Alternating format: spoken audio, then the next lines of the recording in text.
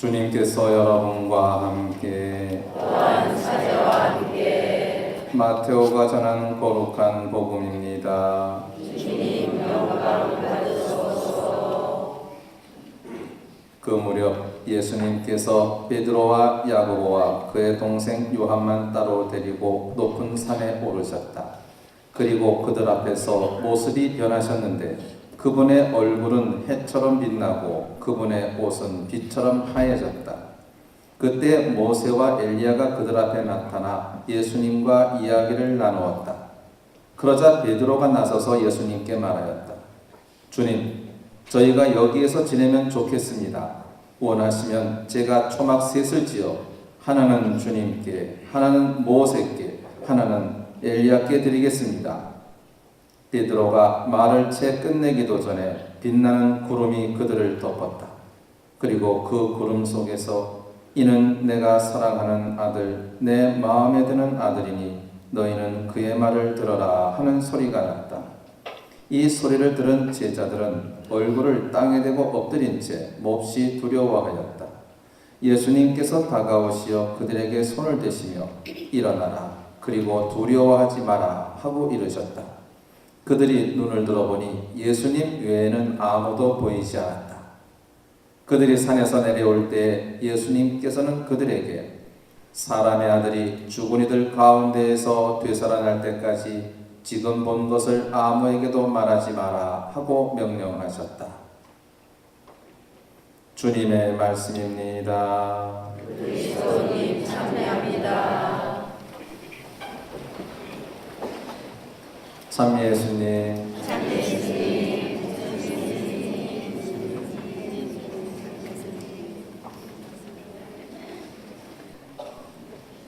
제자들은 예수님께서 부활하신 다음에야 비로소 그분이 하느님의 유일한 아드님이심을 명백히 깨닫게 됩니다.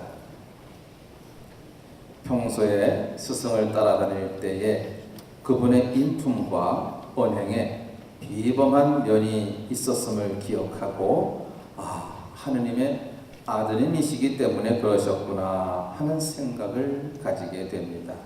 그러면서 그렇게 거의 3년 가까이 스승을 모시고 다녔지만 왜 그때는 그렇게 못 알아보았을까? 왜 그땐 몰랐을까? 이제 우리를 떠나고 아니 계시니 이제서야 모든 것을 깨닫게 되었습니다. 함께 있을 때 깨닫더라면 참 좋았을 텐데 이제 스승은 가고 없는데 더 마음이 사무치는 것입니다.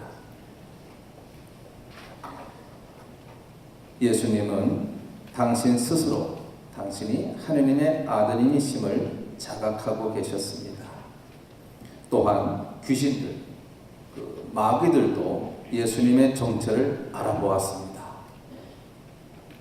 하지만 보통 대중들은 둔감해서 도대체 이분이 누구신지 알 수가 없었습니다. 주님께서 아무리 보여주셔도 백성들은 누구신지 잘 모르는 것이었습니다. 다만 오늘 등장하는 베드로와 야고보와 요한은 다른 제자들과는 달리 더 가까이 주님 곁에 있었기 때문에 그분의 정체를 알 수 있었습니다. 특히 오늘 이 타볼산에서 예수께서 거룩하게 변하시는 모습을 목격한 이 세 사람은 예수님이야말로, 우리 스승이야말로 하느님의 아드님이시라는 사실을 분명히 깨달았습니다. 하지만 이 일을 말하지 말라고 하셨기 때문에 주님께서 부활하실 때까지는 말할 수 없었습니다. 오늘 이 예수님의 거룩한 변모 이야기를 보면 모세의 이야기와 비슷하다는 것을 알 수 있습니다. 하느님께서 시나이산에서 모세에게 나타나실 때 모습과 흡사한 것입니다. 엿새 동안 구름이 덮여 있었다든가, 구체적으로 동반자 3명이 거론된다든가, 산으로 갔다든가, 또 구름 속에서 소리가 들려왔다든가 하는 내용입니다. 하느님께서 구름 속에서 모세에게 나타나셨듯이 이제 예수님은 구름 속에서 또한 당신이 누구이신지를 드러내십니다. 예수님은 하나님과 같은 초월적 존재다 하는 내용을 전해주고 있습니다. 이와 더불어 묵시문학에서 이야기하는 종말 서술, 그에서 따온 소재도 있습니다. 얼굴이 빛났다든가, 옷이 하얗게 빛났다든가, 또는 초막 이런 등등은 묵시문학에서 종말 서술 때 사용하는 내용들입니다. 하느님께서 모세에게 나타나실 때에는 이레째 되는 날에 나타나셨습니다. 야훼의 영광이 시나이 산 위에 머물러 있어 구름이 엿새 동안 산을 뒤덮고 있었다. 이레째 되는 날 야훼께서는 그 구름 속에서 모세를 부르셨다. 이때 모세가 시나이 산에 함께 간 사람들은 아론, 나답, 아비후 이렇게 세 사람이었습니다. 예수님도 겟세마니에서 기도하실 때, 또 오늘처럼 타볼산에 오르실 때, 이때도 역시 베드로, 야고보, 요한 이 세 사도를 함께 데리고 가셨습니다. 오늘 이 모습은 다분히 묵시문학적인 요소가 강합니다. 종말에 부활할 의인들의 모습인 것입니다. 슬기로운 지도자들은 밝은 하늘처럼 빛날 것이다. 대중을 바로 이끈 지도자들은 별처럼 길이길이 빛날 것이다. 다니엘서 12장. 그리고 고린도전서 15장은 마지막 나팔 소리가 울릴 때 순식간에 눈 깜빡할 사이도 없이 죽은 이들은 불멸의 몸으로 살아나고 우리는 모두 변화할 것입니다. 네, 묵시문학에서는 하느님과 천사들은 흰 옷을 입고 있다고 표현됩니다. 하느님이 옷을 걸치고 있다는 것은 우리 인간적인 생각이겠지요. 하느님을 사람처럼 표현하는 것은 우리가 좀 더 이해하기 쉽게 하기 위해서 사람으로 표현하고, 또 수염이 이렇게 난 할아버지로 표현하고 남성으로 표현되기도 합니다. 그건 우리 인간이 어쩔 수 없이 신의 모습을 묘사하다 보니 그렇게 되었습니다. 그래서 신적인 색깔은 흰색이 됩니다. 하느님과 천사들은 흰 옷을 입고 있습니다. 악마는 무슨 옷을 입습니까? 까만 옷이에요? 신부님도 까만 옷 입고 다니는 꼴뚜가다 보니 흑백 논리 하는 말이 있잖아요. 흑은 뭔가 시커머니까 악으로 표현되고, 흰색, 하얀색은 순백, 결백, 그러니까 뭔가 신적인 것으로, 선한 것으로 생각되곤 합니다. 묵시문학에서도 그렇게 얘기를 하지요. 한때 통일교의 문선명 교주가 등장할 때는 그렇게 관을 쓰고 하얀 옷을 입고 조명을 비추어서 빛나게 만들었습니다. 하느님께서 자칭 재림 예수라고 했지요. 사람들은 아버지 그랬답니다. 흰 색깔은 뭔가 그런 신적인 의미를 담고 있습니다. 어떤 디자이너도 흰색만 입었다는 얘기가 있습니다.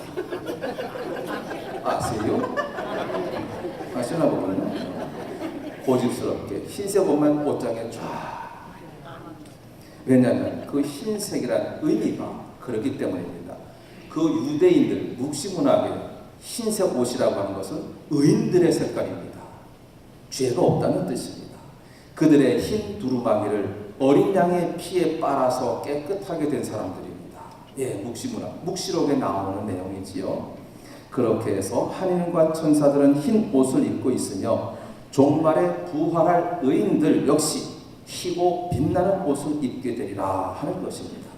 그런데 오늘 예수님의 모습이 바로 그러했다라고 증언하고 있습니다. 예수님과 함께 이야기를 나눈 사람은 모세와 엘리야입니다. 모세는 율법의 대표자, 우리에게 율법을 전해준 사람, 또 엘리야는 예언자 중에 예언자. 그래서 율법서, 예언서, 성경을 다 통틀었다는 말이 되겠습니다. 변모하신 예수님, 그리고 모세와 엘리야는 천상적 존재입니다. 특히 엘리야는 불수레를 타고 하늘로 올라갔다고 이야기하고 있습니다. 이런 천상적 존재들과 예수님이 함께 이야기를 나누고 있습니다. 베드로는 여기에 초막을 셋 지어서 헌정하고자 합니다. 이 초막은 초막절을 연상케 하는데 이스라엘 백성들이 광야에서 추수를 마치고 다 끝마친 다음에 초막을 짓고 7일 동안, 1회 동안 하느님께 감사하는 축제를 지냈던 것에서 유래합니다. 그래서 이들은 초막을 이야기하는 시나이산에서의 그 생활, 광야, 시나이산, 그리고 하느님의 계명, 이것을 기억하게 됩니다.